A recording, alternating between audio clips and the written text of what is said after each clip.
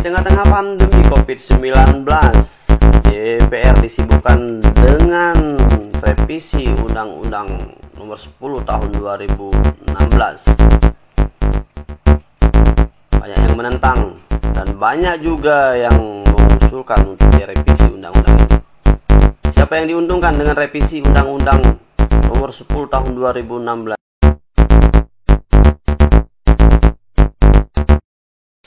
Mediator News, Undang-Undang Pemilu banyak menuai polemik. Pelaksanaan pilkada kali ini banyak menimbulkan polemik pasalnya revisi Undang-Undang Nomor 10 Tahun 2016 tentang pilkada yang diubah dalam revisi Undang-Undang Pemilu. Partai Gerindra, salah satu yang menolak tentang ketentuan pilkada yang dilakukan tidak serentak dan berbarengan dengan pemilihan presiden pada tahun 2024 yang akan datang. Menurut para pengurus Partai Gerindra, sebaiknya Undang-Undang Nomor 10 Tahun 2016 dipertahankan. Dilansir Mediator News dari CNN Indonesia pada Minggu 31 Januari 2021, Sekretaris Jenderal Partai Gerindra Ahmad Muzani dalam keterangan tertulisnya menyampaikan agar Undang-Undang Nomor 10 Tahun 2016 yang menjadi landasan pemilu 2019 dipertahankan. Gerindra berpikir agar Undang-Undang Pemilu Nomor 10 Tahun 2016 yang menjadi landasan pemilu pada tahun 2019 kemarin sebaiknya tetap dipertahankan, kata Muzani. Pelaksanaan pilkada kali ini menimbulkan banyak polemik. Pasalnya revisi Undang-Undang Nomor 10 Tahun 2016 tentang pilkada banyak menimbulkan perdebatan di antara fraksi partai. Di antaranya PDI Perjuangan, Gerindra, dan PKB meminta agar pilkada tetap dilakukan pada 2024 berbarengan dengan pemilihan presiden. Sedangkan PKS, Nasdem, dan Golkar setuju jika pilkada dinormalisasi menjadi tahun 2022 dan 2023. Muzani menambahkan, pembahasan revisi Undang-Undang Pemilu akan menghabiskan tenaga yang cukup besar. Sementara kondisi Indonesia saat ini masih mengalami krisis ekonomi dan pandemi COVID-19.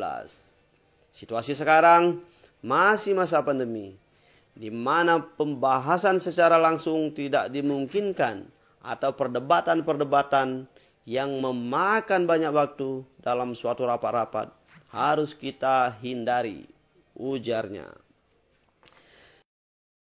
Senada dengan Muzani, Absor Hasibuan, Ketua DPRD Kota Jambi yang juga Ketua Dewan Pimpinan Cabang Partai Gerindra, saat Mediator News wawancarai mengatakan, masalah COVID-19 ini sangat serius. Mestinya pemerintah fokus dengan musibah besar ini yang kondisinya dari hari ke hari meningkat tajam penularannya. Belum lagi ditambah dengan musibah-musibah alam yang beruntun akhir-akhir ini, paparnya. Saat ini kondisi rakyat lagi benar-benar sulit. Di semua sektor perekonomian terkena dampak yang luar biasa. Pemerintah harus hadir dan berjibaku untuk memulihkan perekonomian saat ini, tambah Absor. Absor juga menambahkan, sisi positif seandainya revisi Undang-Undang Pemilu ini nanti disahkan, tentunya pilkada dan pemilihan legislatif tidak akan berbarengan dengan pemilihan presiden.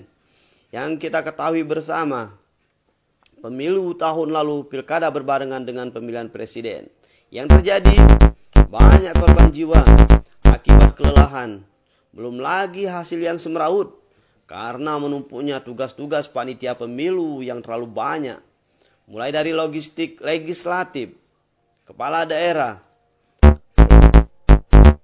dan presiden. Tapi apapun hasilnya nanti, tentunya kami di daerah akan mengikuti hasil keputusan Dewan Pimpinan Pusat atau DPP, pungkasnya.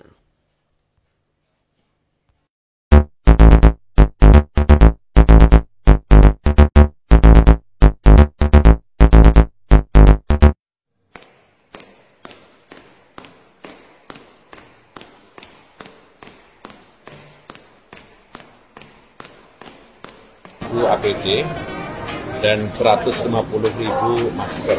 Bantuan tersebut berasal dari donasi para anggota DPR RI fraksi Partai Gerindra.